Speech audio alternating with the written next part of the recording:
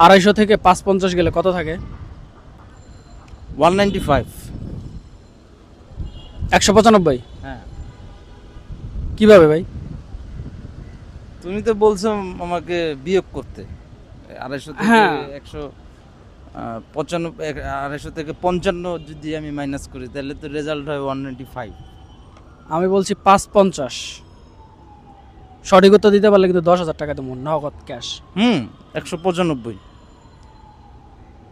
550। হ্যাঁ। 150 মানে কি বলেন? 150 মানে কি? 150 হুম। মানে 51।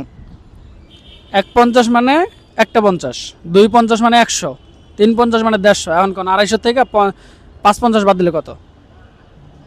250 থেকে 5 195। 0। 195 যে বললেন। আমি তো ভাবছিলাম না না না, এখন তো ভাবলাম না, 10,000 টাকা আপনি হারছেন।